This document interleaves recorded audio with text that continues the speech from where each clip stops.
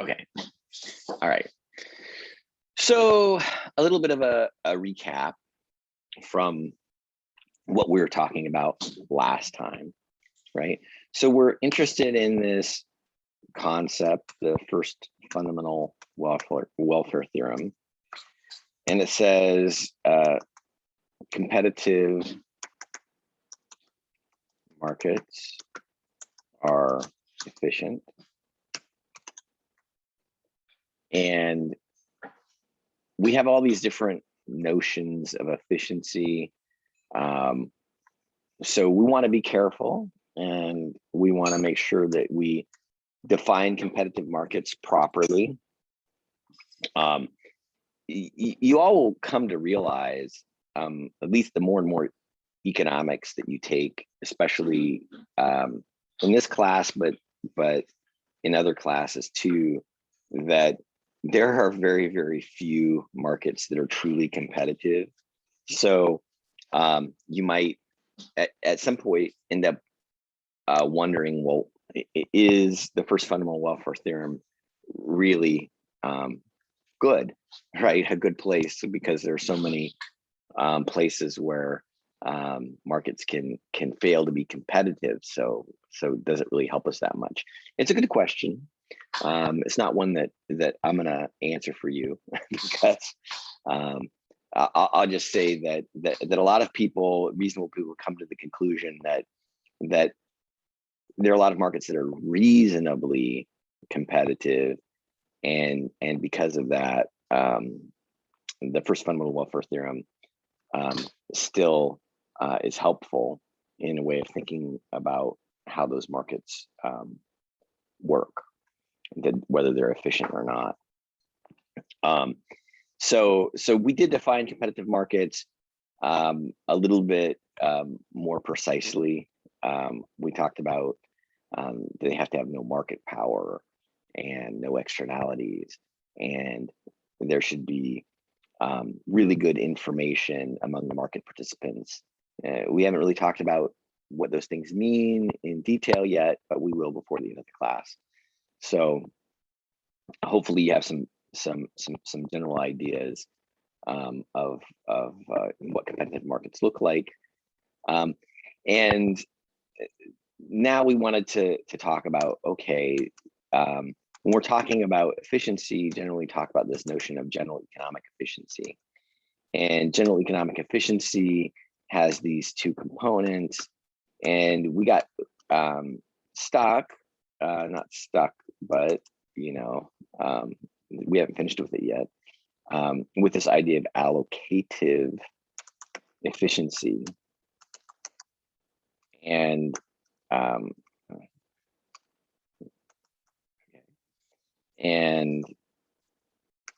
our other related concept is productive efficiency. So under allocative efficiency, we said that allocative efficiency implies that goods are distributed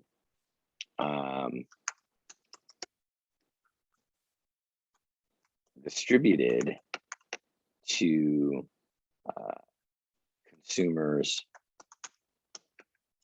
who value the good the most. And then we spent quite a lot of time dwelling on the notion that, well, in economics, the consumer's value is measured using willingness to pay. And our insight from that discussion was that there's a related concept, which is ability to pay.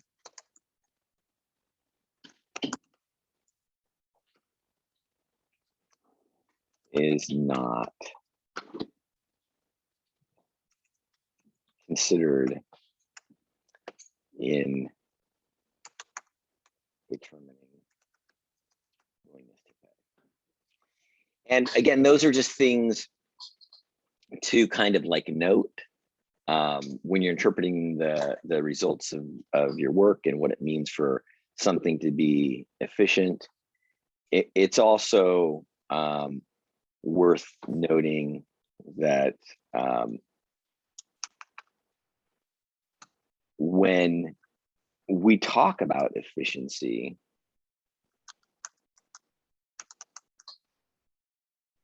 in economics, it seems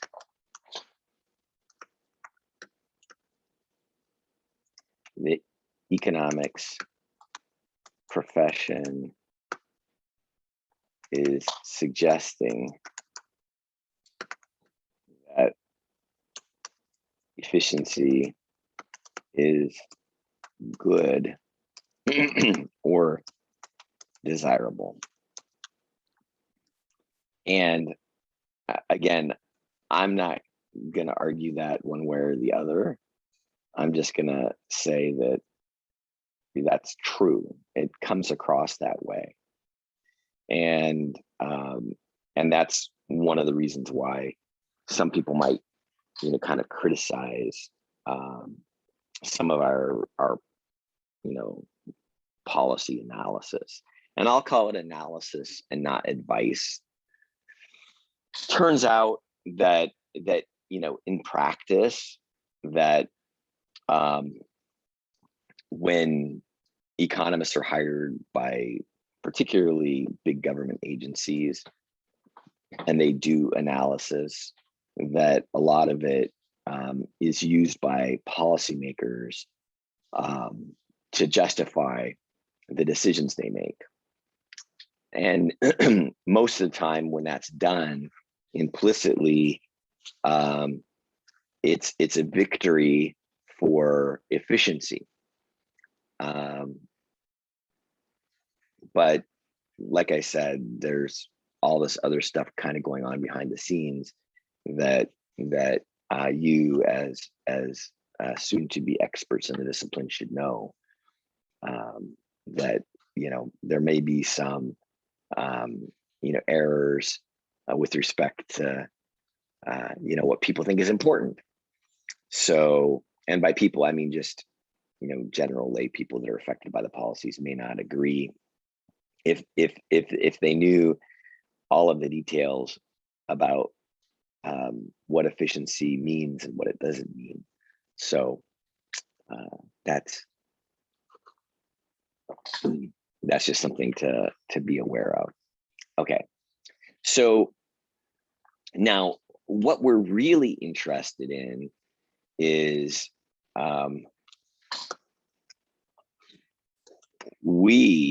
that's our class, we want to be able to demonstrate the first fundamental welfare theorem. That's our first goal.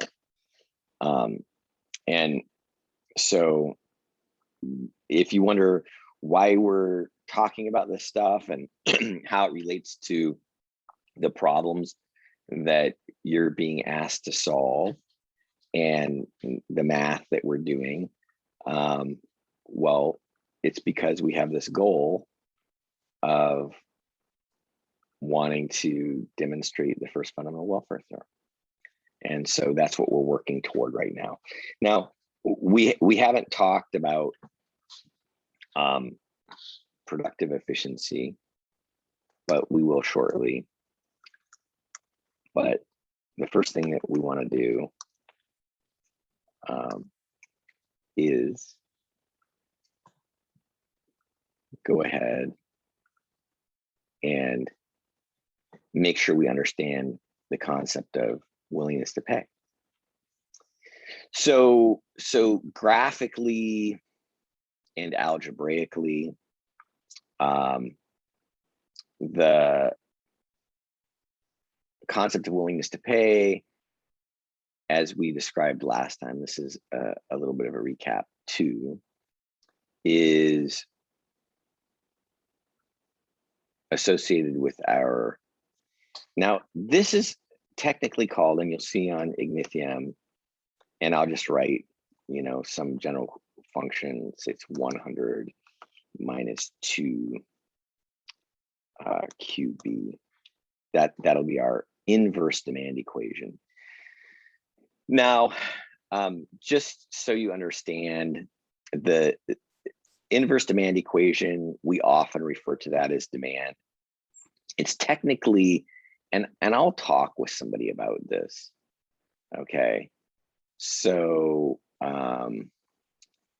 let's see, Frankie Alvarez, how are you doing this morning?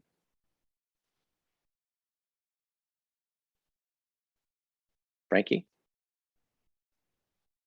Okay. How about German? Azrin? Hello? Is that German? Yeah. Hey, how are you doing? Oh, I'm pretty good. How are you? Oh, I'm trying to wake up this morning. I'm on my second cup of coffee, and anyway, but yeah, I'm waking up. So let's talk about demand, right? So I don't know, how do you actually decide what to buy? Because I just point this out, right? We have a market demand, and one of the things that we're gonna learn is that market demand is aggregated individual demand. And do you know what I mean by this term, aggregated? I think it's more related to like the macro side, because I've heard You've heard aggregate demand, right? Yeah. But okay, so aggregate demand is a label and it's related to what I'm talking about here, but it's not really macro, even though it's just that, but you know what the term aggregated means? Yeah, might have forgot, but I've heard of aggregated demand. Yeah, well, just the term you can use aggregated for anything.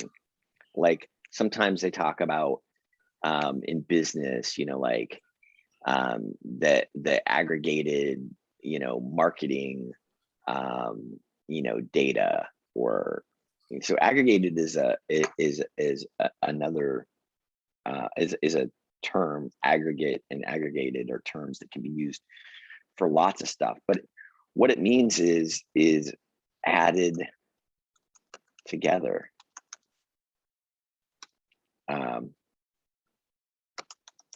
And quite literally, what we're going to show you, or what I'm going to show you in a little bit, is that, and it's in your book too, is that when you see the market demand for some good like shoes, the way you get the market demand for shoes is you add all the individual demands for shoes together. And that might not seem like a very important point, but it really is, because what it tells you is that you can, in economics, work from understanding the behavior of the individual, and that's going to tell you something about what's happening at the market level, as opposed to the market as being something on its own. And I know, so I'll ask you. So, German, do you think of the market as like being driven by the behavior of a bunch of individuals, or do you think of the market as being its kind of own creature? I think the market's being driven by own individuals, because it's like everyone's choice to like buy the products, because demand is like influenced on what consumers do. Yeah, and so and I just want to point out that I agree with you, and you've had a couple of econ classes, so this probably isn't a foreign idea. But if you were somebody back in the 1700s or the 1600s or the 1400s or in Rome in 800 or something, you might um, think of markets as being driven by other forces, right? You might not think, oh, well, everybody here is just making their own decision. And if I can understand how these individuals are making their decisions, then I can understand how the whole market's working, right? You might, do you see what I mean? Like you might think, oh, well, yeah, this is, you know, something else is going on here, right? It's like, I don't know if you've ever heard these expressions, like the madness of crowds or the wisdom of crowds, like that people behave differently when they're in groups together. I don't know if you've ever heard like the concept of like mob violence or something, but do you see what I'm getting Yeah, at? yeah, I think I got it. Yeah. So but saying that, oh, well, these are all individuals, they're all making their own decisions and they're going to make their decisions based on what's important to them. And it's not some, mass psychology phenomenon that's driving things. So economics, for most of economics, I would say like 90% of the theory, there are some things happening today in economics in an area called behavioral economics that does study what you might call the psychological aspects of consumer decisions. And I'll just tell you, so the people in behavioral economics, so I guess it was around 2010, two actual psychologists, Kahneman and Tversky, Daniel Kahneman and Amos Tversky, won a Nobel Prize in economics, and they're psychologists, right? So and that happens every once in a while. Somebody from a different discipline wins Nobel Prize in economics, and I think that they've done really good work. But personally, most of the behavioral economic stuff I think is junk science. But you gotta give them their go, right? I mean, see if they can actually prove stuff, right, with data. But if you ever get a chance to look up any of the books by Daniel Kahneman, I recommend them. They're really, really insightful, and they have a lot less psychology than you might imagine. And the way in which he addresses these psychological issues in economics is very, very careful. So I like Daniel Kahneman's work, but most of behavioral economics, at least to date, is pretty awful. And that's just commentary. but it is relevant to what we're talking about today, because what we want to talk about is ultimately market demand, but we're going to spend a lot of time on talking about individual behavior. And so it has to be the case for our discussions to be fruitful that there's a relationship between the individual's behavior and the individual's demand and the market demand. So we don't have to say right now whether this is market demand or individual demand, but I'm going to say it's individual demand. And then I'm going to ask you a question. So German, what's something that you buy regularly? Are you a smoker? Or yeah, what do you buy regularly?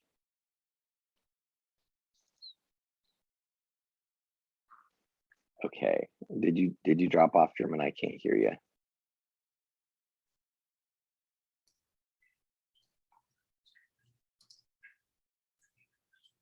Are you there, German? Yeah, sorry. Yeah. So what's something you buy regularly? Like food or groceries, pretty much. Okay. Is there any particular product that you always put in your basket? Fried chicken. Fried chicken. Okay. And which do you like, Kentucky Fried Chicken, or which fried chicken? Like Popeyes. Oh, Popeyes. Okay, yeah, that's good. A little spicy. It's good. So how do you decide how much Popeyes fried chicken to purchase in a month? In like pick a period of time. how much do I decide in a month? Yeah, well, how do you decide? I mean, I check at like the price at first and the value, and then see, like how much money I have. Okay, yeah. So How many pieces are in the box? yeah, so does Popeyes have sales? Does Popeyes have an app with coupons? Or well, yeah, some usually do. yeah. So I think you're making my point, which is the point that I wanted to make, which is that disagree with me if you want to, anybody, but when you as a consumer deciding how much to purchase of anything, the first thing you do is look at the price.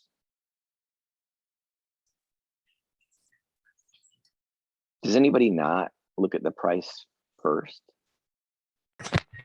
I mean, personally, obviously the price matters and it can be too expensive. So you got to tell me who this is. This is Wombly, by the way. Oh, Wombly. Hey, how are you doing? I'm doing good.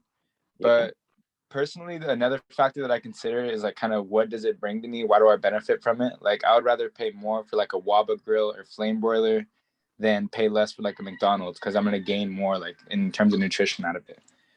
Yeah, okay, so you're talking about your preferences, and we'll talk about that too. But holding the product content, that's why I was trying to drill down. And so like, let's talk about like, so let's talk about your flame broiler. Do you get a beef bowl or a mixed beef and chicken? Do you get veggies, brown rice, white rice? I don't know. Yeah. So, but if flame broiler, I mean, you presumably the price. Do you normally walk into the flame broiler? We have one near me that's actually a drive-through, which is really nice. Yeah, I usually walk in. Yeah. So how much do you expect you're going to pay? Do you get the big bowl or the little bowl, or do you get the plate? I usually get like a regular size bowl, and I'm expecting to pay anywhere between like, I guess, $9 and like $12, depending if I want. So if you walk in there next week and your big bowl is $15, how are you going to react? Yeah, I would likely probably just end up choosing somewhere like, I guess, like a substitute, with a cheaper alternative. Yeah, right. So the price determines the quantity, right?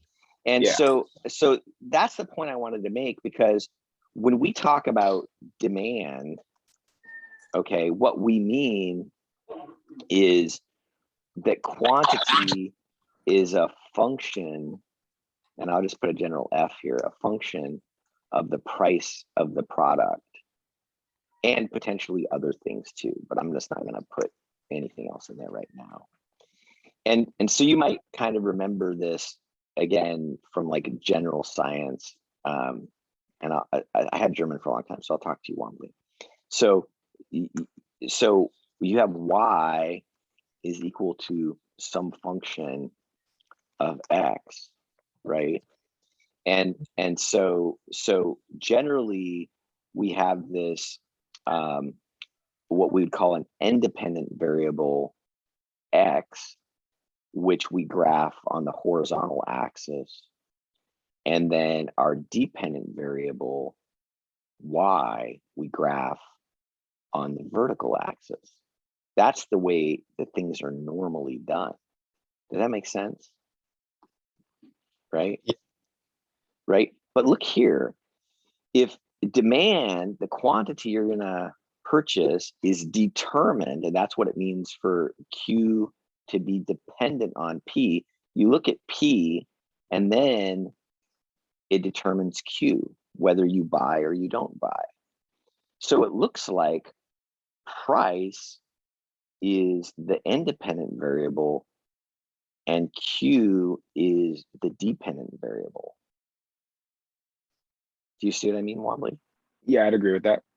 Yeah, and this is the way that we talk about it in economics. But you'll notice that, right, the way that we're graphing things here, it's reversed, right?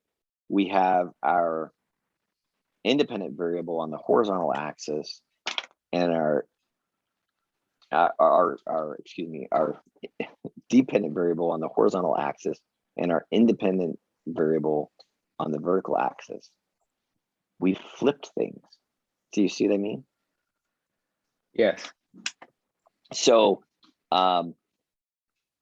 what we do in economics, and this is the person who first started doing this is a guy in the 1800s named Alfred Marshall. And some people call it Marshall's curse, because people are like, like he screwed it up. We should have our axes flip. But you could call it genius if you want to, because it makes a lot of things easy that we want to express, right, to communicate. But the inverse demand, and you might remember this from inverse functions generally, and I'll write it over here. So y is some function of x, or you can write that x is equal to f, and I'm going to put a little caret here for an exponent. And I just want to say that this exponent isn't literally an exponent. It stands for an inverse function of y. So I'll write it that way. I don't know if you guys remember seeing inverse functions, but you should have, because people talk about them in algebra.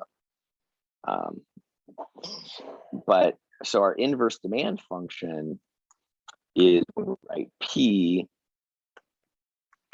as a function of Q, which is what we normally do in economics. So I'll write it that way. And because we do this so commonly, you'll hear folks, me included, just say the demand is such and such. This is demand. But if I was going to be technical about it, I would say, oh, this is the inverse demand. But again, this is like part of the jargon in our discipline. So I'm just trying to be clear. Does the terminology make sense, Wombly? Or are you okay? Or is there something? Yeah, I understand it. Okay. So, and I just want to point out one other thing, and that is that you'll see, and especially as we move a little bit further along in the course, and as you move along in your economics career, you might see this, that you see that Q is a function of P, and that's okay. You can easily invert these functions. Like if I wanted to, from this inverse demand function, if I wanted to put Q over onto the left-hand side and make it a function of P, I could do that just with a little bit of algebra. Does that make sense, Wombly? I could just flip that around. Yeah, I get it now. Okay, cool.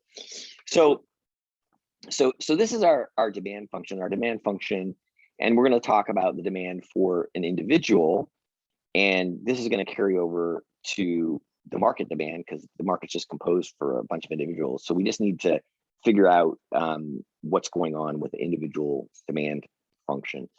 And then one of the other things that we said sort of in passing last time, but is important, right?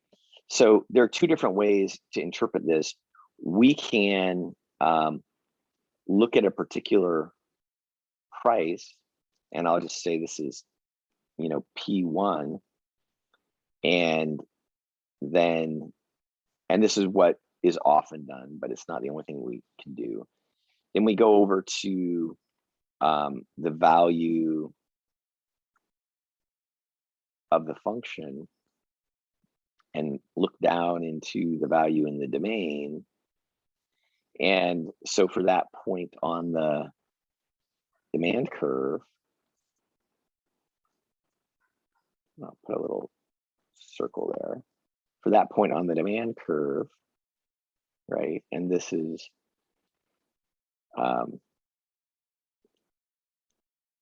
I'm just being overly detailed at this point, right? This is the ordered pair. I'm going to say Q1, P1. That's our location or our point in this particular space. Draw a little arrow that way.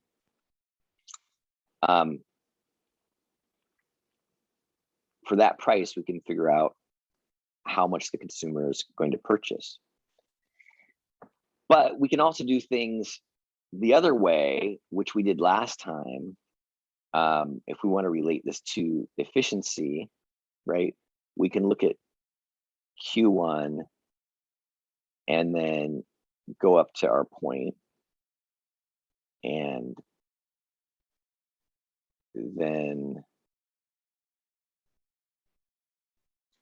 go over to the value associated with that quantity, and we can call this the consumer's willingness to pay. So I'm just going to write WTP. Okay. Anybody have any questions about that? And the only reason why I'm spending time doing this is because I want you all to be flexible with the language and be sure that you understand how everything is being interpreted. If you don't understand the language and how it relates to the algebra and the graphing, then at the end of the class, you may be able to solve some of the problems, but later on, you're taking other courses or whatever, you might stumble through stuff. So I'm hoping to be careful at this point and make sure that I interpret everything clearly and precisely, so that those ideas remain with you and you can use them later. Does anybody have any questions about this? Okay. So what I want to do next, now that we have that stuff out of the way, is go ahead and I'm going to draw another demand curve. And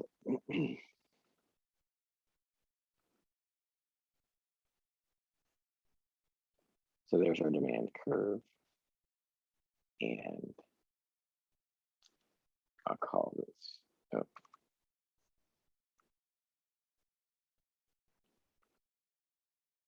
QB. And then usually we just label the units up here as dollars, but just to be especially careful at this point, I'm going to put all three of them up there, right? Because price and willingness to pay are all going to be measured in dollars. And then I'm going to say that that this consumer, well, actually, I'm gonna now talk about the market because this is the point that I want to make. So now this is a market of consumers, right? So this is a market demand curve, and I'll give a particular price. Let's say P1, and I'll just draw a line for P1. Okay.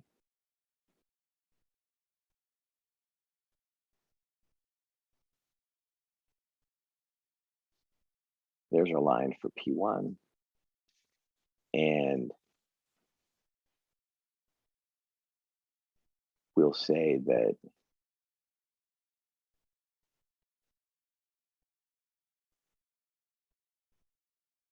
this corresponds to a certain quantity, and we'll call that quantity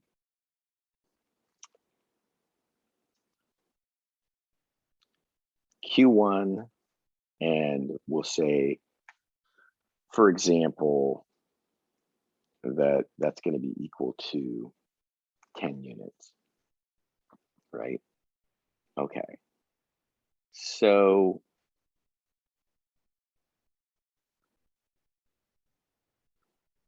okay.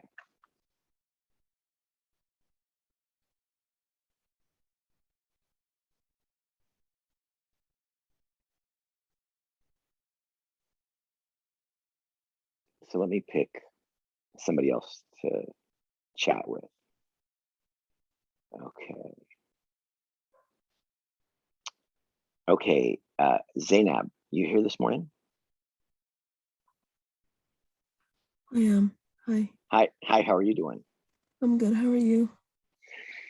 Still waking up, but yeah, I'm here. So happy to be here. So now I want to talk a little bit about, okay, so what does this mean? I just drew a line here at P1, and I'm saying there are Q1 consumers, and they each get 1 unit. We're assuming that each person's going to buy 1 unit in the market, so there are 10 units that are purchased at P1, and that means that 10 people get the good, right? I'm going to add one other detail here just to be a little bit clearer. I'll say this is Q max, and say that's equal to 20.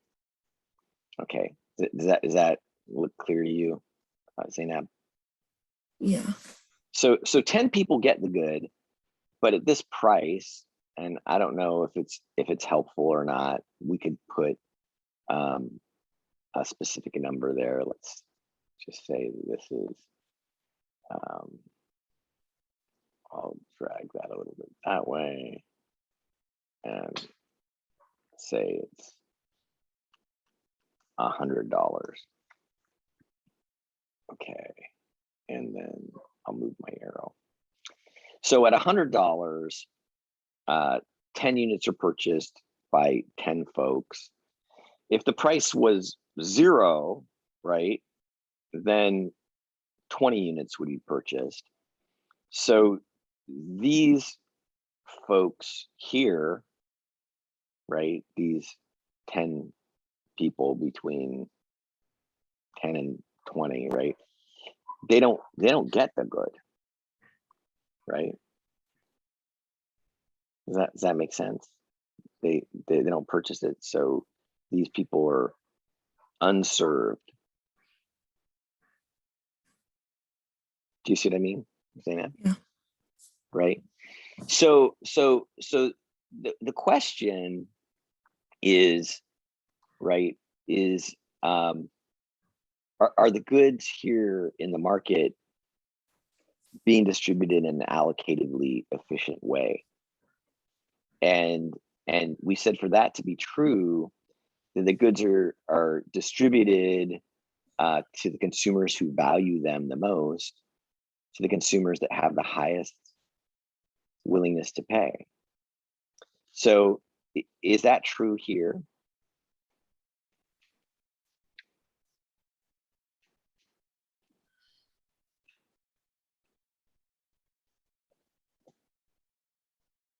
Do you see what I mean?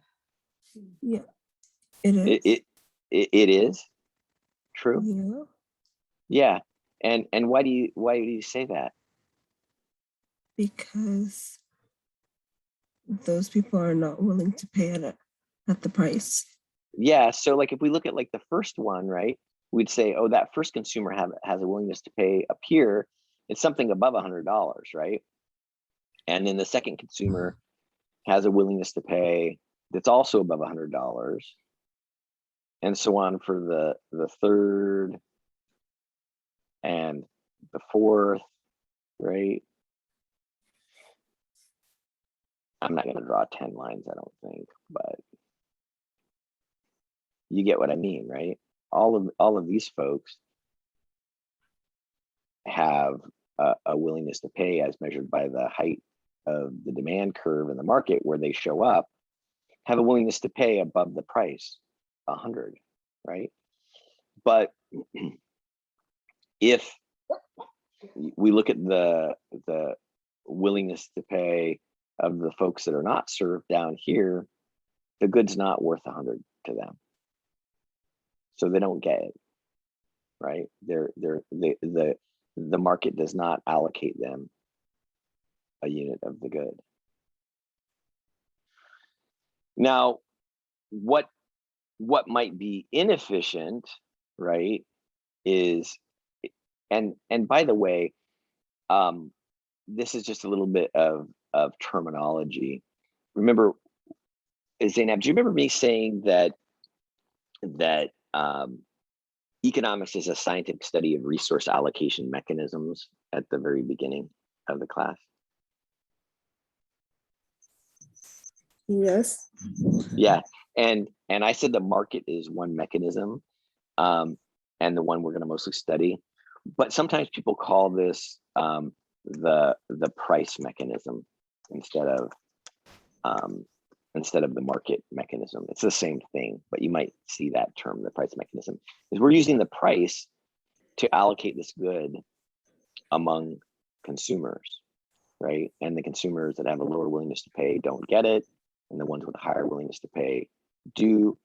And we could move the price around, making it higher or lower, and it would always be the case that the people who were on this lower part of the demand curve, the people with the lower willingness to pay, were the ones that didn't get the good, right? So if we were going to think of an inefficient way to allocate, we could get rid of the price mechanism, right? And so I'll just put it on the side there, right? And we could say, oh, well, society has exactly 10 units to distribute, and we could switch these around. And let me draw a few more arrows.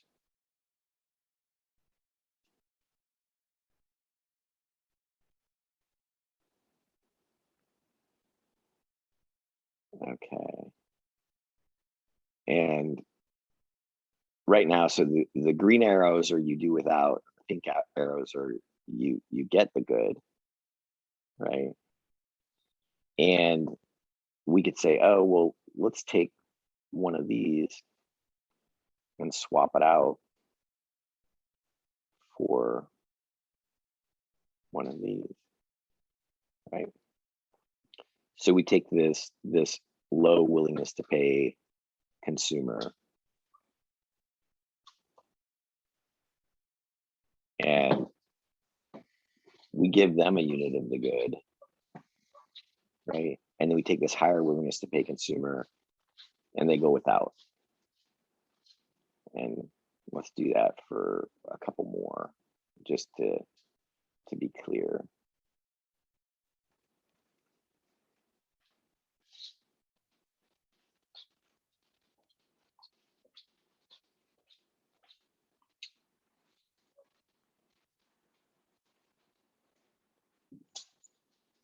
Now, okay, so you have a couple of these low willingness to pay consumers, and we don't have a specific equation here, but we can just put in willingness to pay values based on what we had before. And actually, maybe I'll, just to give myself a little bit more space, I'll move these arrows around a little bit more.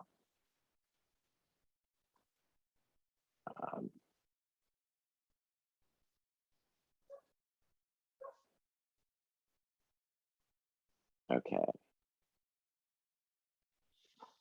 So let's put in some values for these consumers for their willingness to pay. And I'm just going to write the willingness to pay above the arrow because it'll be easier for me to do it that way. So let's say this person has a willingness to pay, and this is all in dollars, of 120. This person has a willingness to pay of 110.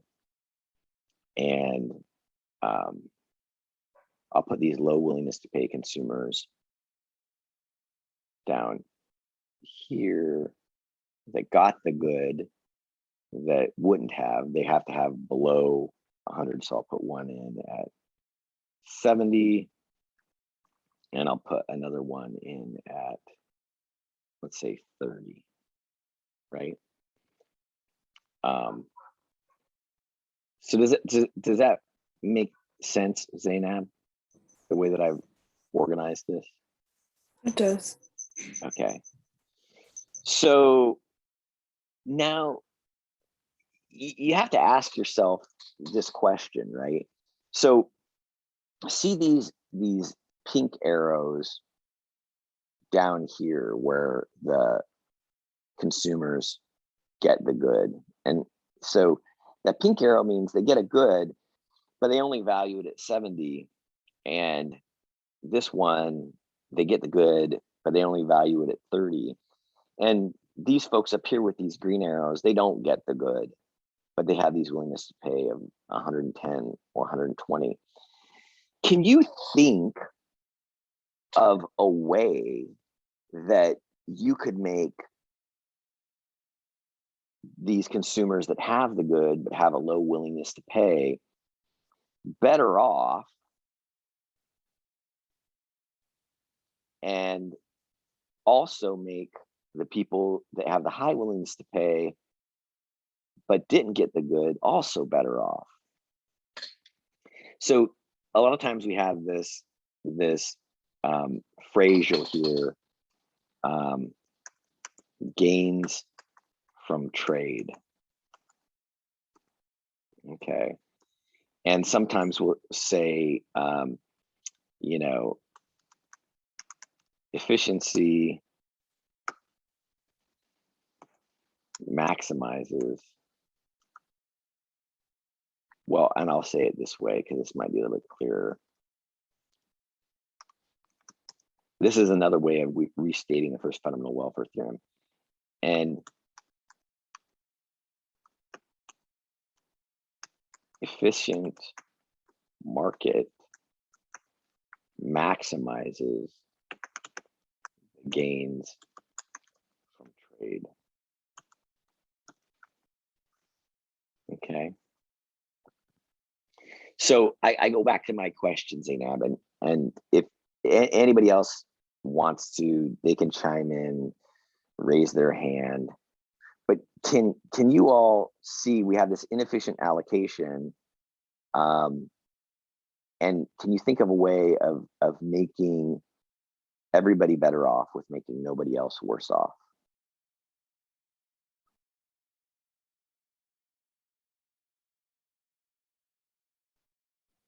Without lowering the price, or by keeping it the same? Well, remember, right now, we haven't used the price mechanism. Now we're doing something more like a centralized planning slash socialist slash communist type thing. We're just giving these things to particular people. So And again, these are unfamiliar. These are not the price mechanisms. This isn't the stuff that you guys normally learn about or study. But remember, so I have these old stories because, you know, I lived as the Soviet Union was collapsing. And so I, you know, I'm more familiar with this stuff. But in the former Soviet Union, if you wanted to buy a car, this is the story I heard. I can't, you know, verify this, but I think I have it on good authority. I should probably spend some time and find, you know, historical sources that I could share with you all to verify that this is true. But if you wanted to buy a car in the former Soviet Union, you would go down to your local Communist Party office and you would put your name in on a list. And then when your name came up on the list, then you'd get to purchase the car. Now, the price of the car was set by the government. It wasn't, you know, super cheap. It wasn't nothing. You had to pay something, right? But suppose, like, I don't know, you know, let's just pretend it's a you know, high quality car, you know, so Mercedes Benz, you know, something 350, right?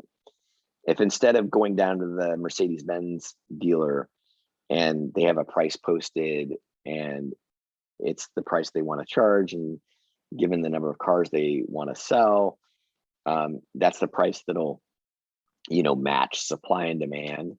Suppose that doesn't happen, but instead, you know, it's Mercedes Benz, you know, National Auto Company.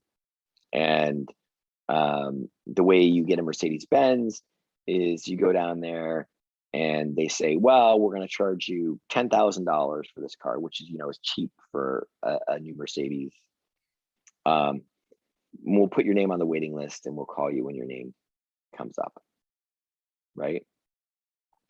So how many people would be on the list? How long would you have to wait, right? And, you know, the old story was too, that if you weren't a member of the Communist Party, your name never got to the top of the list. So if you were like connected and you knew somebody, then you could kind of like jump ahead in the line. Again, I don't know if these things are really true or not, because I never tried to purchase a car in the former Soviet Union. But these are the stories that people used to tell, so they're good ones. But what's going on here is, yeah, there is no price. Instead, we're just saying, okay, person one, we're giving you one, right? Maybe you put your name on a list and you waited in line and you got it, right? Person number two, your name's not been on the list very long. You might really be willing to pay a lot for it, but you don't get one. But down here, you know, person, I don't know, person 11 or whatever, we're giving you one. And, you know, this is your willingness to pay for it, but that's not why you're getting it. Your name was on the list or something. Does that make sense? The Yes. setup that I'm proposing. Okay, who am I talking to right now? Gilbert. Gilbert. Okay, Gilbert. Since I was chatting with you, so what do you think about this? Is there a way to make everybody better off without making anybody worse off, given the setup? Maybe increase quantity, therefore it will level out the amount of like want for the demand for it. Well, yeah, I mean, so it could be you just like, here we have some maximum quantity, which is 20, and we just give everybody one good, right? We just serve them all. Yeah. Give everybody a Mercedes 350 GLC. And is there a problem with that? Is this Gilbert I'm still talking to? Yes, it is. Yeah. And, a problem, For efficiency, probably. Well, and what would that be?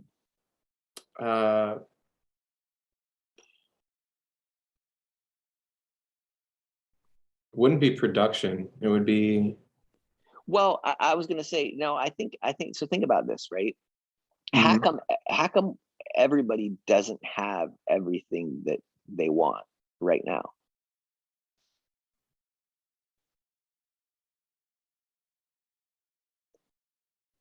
Because prices change and resources. Well, yeah, no, but I mean, is it because like, well, prices change, but let's just say, let's throw prices out for a minute. Like everybody just goes down to Mercedes and gets what they want.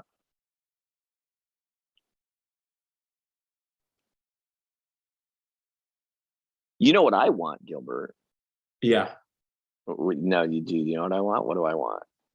Wait, do I know what you want? Like, do you want a car? No, actually, I want. So I'll tell you about it. Really, I'll be quick. So I'll try to be quick. So if you take the 55 freeway and you go down to, where Fashion Island is, Newport. Yeah. And so there on MacArthur Boulevard, it goes to PCH, and you're down in like a nice area of Newport. And I don't know if there's a little street down there called Poppy, and you can go down Poppy and it'll take you right to the cliffs there in Newport. And there's a little beach, some people call it Little Corona. And anyway, so I used to take my kids down to Little Corona, and I would turn around and I would see all these beautiful homes overlooking the Pacific Ocean there. And there's one home that I really wanted. And that home, so it's this beautiful home overlooking the Pacific. And then they had 3 terraces, like levels. And the first one had a basketball court on it. And the second one had a tennis court. And then the third terrace was a pool right down there at beach level. Nice big pool. That's what I want. How come I can't have it? And how come would you want that house? Yeah, I would like that house. Yeah, but I want it too. Because there's not enough of it. So scarcity, Yeah. so like the resource. Yeah. So Keontae said it in the chat. I speak in chat, but yeah, I mean, there's a lot of people say, economics is the study of scarcity. I like to say it's a study of resource allocation mechanisms, because I think that puts more meat on the bone. But like way back in like a lot of principles books, they say, we have limited resources and unlimited wants. I want the house in Newport. You want the house in Newport. Everybody wants a house in Newport. Everybody wants a brand new Mercedes-Benz 350 GLC, even if they've got another car, because like, why not? Right? There are constraints on the amount of steel and carbon emissions and labor, right? Not everybody. So we can't just give everybody everything they want, not because we're all, greedy, selfish. I'm just picking on him because, his name shows up a lot in the news now, but I don't think anything bad about him. But, we're not all Jeff Bezos robots with infinite resources that can just shoot ourselves into outer space whenever we want, right? Why? Just because there's not enough, former NASA engineers to build us all rockets. Right? So the solution of just giving everybody won't work. The question is there a way to make the people that are here, given the number of units of the good that we do have available, which is constrained based on resources. Resource constraints would exist whether we had a market or we had a centralized planning mechanism like the Soviets did, whether we have businesses that produce stuff or everything is produced in a government factory. You're still going to have a fixed number of or a certain number of workers, and a certain number of other materials and resources. So you're not going to be able to give everybody everything that they want. It's just like I was talking about last time. My son's cousin over in England, who wanted the knee surgery, and in the socialized medicine system over there, they had basically a triage system, which is based on your condition and your situation and the number of surgeries and our hospital capacity, we'll put you on a list and we'll work on your knee later. Right? So you see what I mean, Gilbert? Yes. Yeah. So the question is, and anybody can answer this, you want to throw up your hand, and I think we still have, who's monitoring the chat for us? Is it? It's me, Who is that again? Emily. Emily. Yeah. So if somebody else wants to, answer this question, we only have a few minutes left. Is there a way to make everybody here better off without making anybody worse off?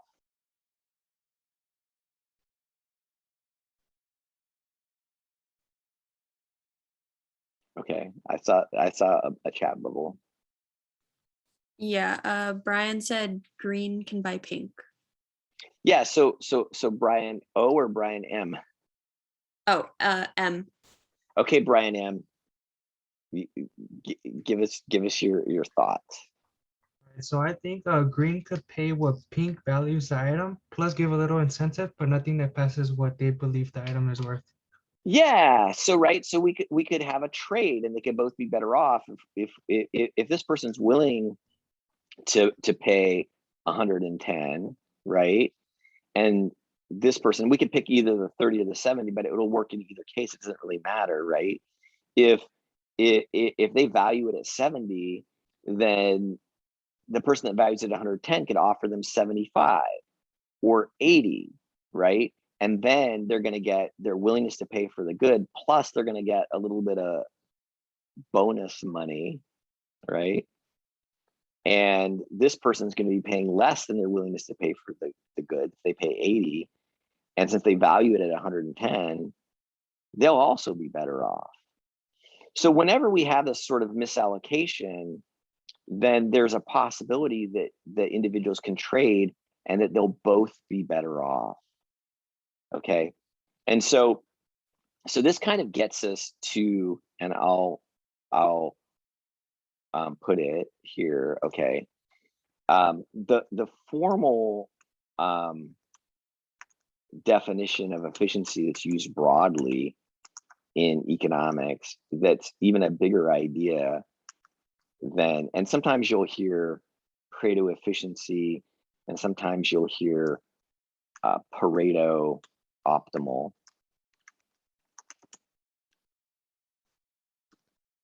Okay, and this is a 19th century economic philosopher named Vilfredo Pareto. He came up with this idea.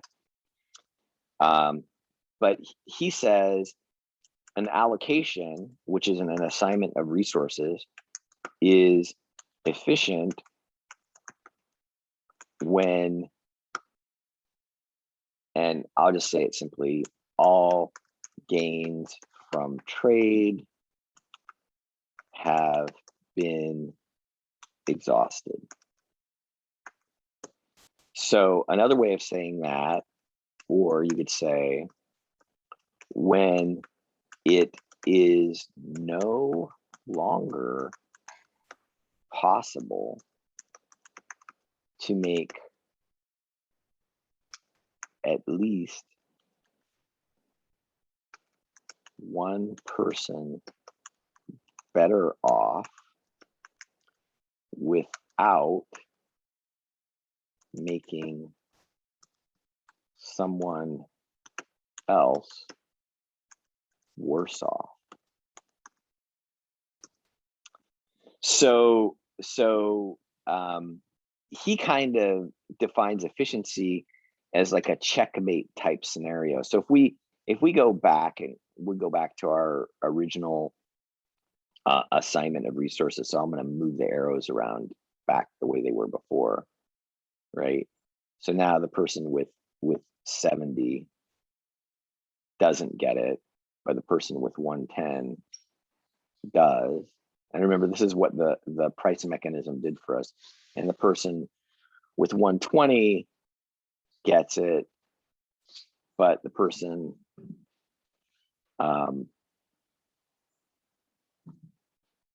with 30 doesn't, right? So they get the green arrow. So if we go back to this way, the way that things would have been under the price mechanism, we can say this is allocatively efficient. We could also say this is a Pareto efficient allocation of resources because, and if anybody can anybody now think of a way to make even one person better off without making someone else worse off? Is there a way to trade or mix up or reassign these resources, these goods, to make somebody better off without making somebody worse off? And the question, the answer to that question is no. We're in a, and again, I don't know if you all are familiar with the chess metaphor of what it means to be in checkmate, but checkmate doesn't merely mean defeat. Checkmate means that you have your king in a position where it's under attack and you can't move it to a position where it's not under attack. So you're trapped. And Pareto efficiency is similar in that with an assignment of resources based on willingness to pay, where the high willingness to pay individuals get the good, and the low willingness to pay individuals get the good, there's no way to make somebody better off without harming someone else. If I take one of these goods away from a high willingness to pay individual and give it to a low willingness to pay individual, the high willingness to pay individual will be worse off, and you won't be able to compensate them for their loss. There won't be a situation like we described before where, you know, somebody's willing to pay 110 and they can fully compensate the person that's only willing to pay 70 for their loss. Okay. I went just a little bit over. Does anybody have any questions about that? Wait, Professor, could you just quickly reiterate what it means when it says green can buy pink? Because I didn't really understand it. Well, okay. Do you want me to switch the arrows back? No, like what I we did can. before? No, I still have the visual. Yeah. So like, so if the person that has the willingness to pay of 70, right? So let's just be really concrete. So who was asking this question? It was Zainab? No, it's Taylor. Taylor. So Taylor, a lot of the times this happens with concert tickets, right? You know, like I don't know if you ever go to concerts or not, but they call it scalping. People sell their tickets online, but have you ever wanted to go to like the Burning Man festival or something like that? Sure. You have? I don't know. I know. But let's suppose you buy early and it only costs you $70, right, to buy your Burning Man ticket, right? And actually you kind of want to go, but you kind of don't want to go. Like $70 was the most you were willing to pay for that ticket, right? And then later on, somebody who's willing to pay $110 for that ticket, that's their value for the ticket. Let's say it's instead of Taylor Humphreys, it's Taylor Pina. Taylor Pina comes to you and says, listen, I'll give you $80 for your ticket, right? Would you be willing to take that deal? Probably not. Well, why? Because it's only worth $70 to you. Oh, well, I guess, but that's just $10. Okay, so you want to get more out of him, but what if he offers you $100? Yeah, okay, that's better. Okay, but he's willing to offer up to 110. So if you paid 70 but you get 100, right, then you get like $30 of, let's call it bonus money or profit, right? And he was willing to pay 110, but he only had to pay 100. So he also gets a deal, right? So you're both better off. Because if he's willing to pay 110, but he doesn't have a ticket, right? It's like he has a $110 loss, right? Okay, so the idea isn't that everybody gets a unit, it's just that they get what they want from that unit? Well, I don't know. It's, you know, the idea is that the market is efficient, or that the allocation, the assignment of goods is efficient when the people who are willing to pay the most are the ones that end up with it. Because if it was the other way, if Taylor Pina had the ticket and it's worth $110 to him, and you come up and offer him 70, he's going to say no, right? Why is he going to say no? Because you're not compensating him for the value of the ticket to him. It's not possible for you to do that because the ticket's only worth 70 for you. So you shouldn't get a ticket, right? You shouldn't get his ticket because that would be a waste, right? It's worth 110 to him. He's willing to pay 110 for it. You're only willing to pay, it's only worth 70 to you. Okay, I get it now. Thank you. Okay. All right, everybody. I'm gonna go ahead and